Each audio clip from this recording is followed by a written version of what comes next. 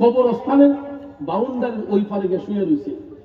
ওই পার থেকে গিয়া কয় আসসালামু আলাইকুম ইয়া আহলাল কুবুর। হে ভিতর থেকে কয় ওয়া আলাইকুম সালাম।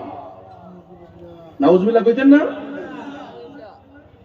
বন্ধুরা আমার, বাবাজিরা, মৃত ব্যক্তির রূহের সাথে যারা প্রতারণা করে, কবরবাসীদেরকে নিয়ে যারা ট্রল করে, এরা কোনদিন মুমিন হইতে পারে না, এরা মুনাফিক। আর মুনাফিকের চরিত্র সম্পর্কে আমার রাসূল বলেছেন, মুনাফিকরা কাফিরের চেয়ে নিকৃষ্ট।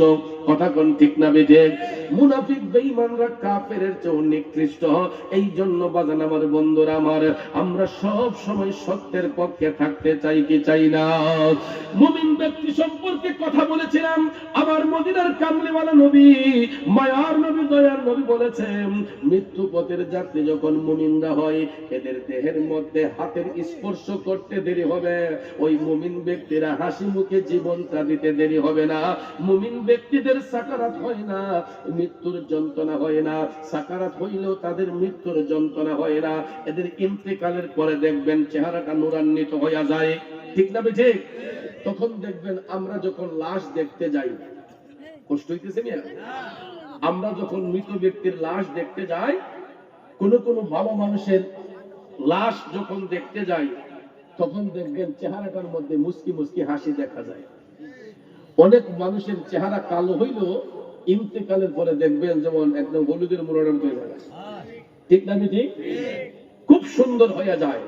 তখন আমরা রাস্তাঘাটে আইসা দোকানপাটে বসে কই, আহ বেড়ালা যেমন বালা আছি, মননটা এমন সুন্দর হইছে।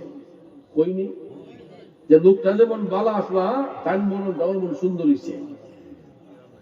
দুনিয়ার মানুষগুলা ভালো মানুষকে ভালোই বলে, কিন্তু আমরা স্বার্থের উপর আঘাত করার কারণে অনেক সময় দেখা যায় ভালো মানুষগুলো করি আমরা ট্রোল করি, ভালো মানুষগুলার বদনাম করি। কিন্তু বন্ধু, মুমিন ব্যক্তিরা দুনিয়া ছেড়ে যখন চলে যায়, তাদের চেহারার মধ্যে মুস্কি মুস্কি হাসি থাকে। এই কারণে এরা তো স্টুডেন্ট ভালো, এরা তাহাজ্জুদ পড়ছে, এরা ওয়াক্তের নামাজ পড়ছে, আল্লাহর জিকির করছে, নবীর দুরূদ পড়ছে, মানুষের সেবা করছে, সমাজের উপকার করছে, এরা মানুষকে হেদায়েতের বাণী শিক্ষা দিছে, এরা সৎ পথের যাত্রী ছিল। এই জন্য এদের আখিরাতটা সহজ। কারণ কবরে নিয়ে তাদেরকে যখন প্রশ্ন করা হবে, আমার রাসূলকে যখন সরাসরি কবরের মধ্যে হাজির করা হইয়া বলবে, ওয়ামান হাজার রাজুল, ওনাকে চিনতে পারো কি? কে সেই ব্যক্তি? তখন ভাইয়ার আমার, মুমিন ব্যক্তিরা টপ টপ করে চোখের পানি ছাইরা হাসি মুখে তখন বলে দিবে, হাজা মুহাম্মাদুর রাসূলুল্লাহ সাল্লাল্লাহু আলাইহি ওয়াসাল্লাম। চিৎকার মেরে কন্যা সুবহানাল্লাহ। আরেকটু জোরে বলেন ইয়া রাসূলুল্লাহ।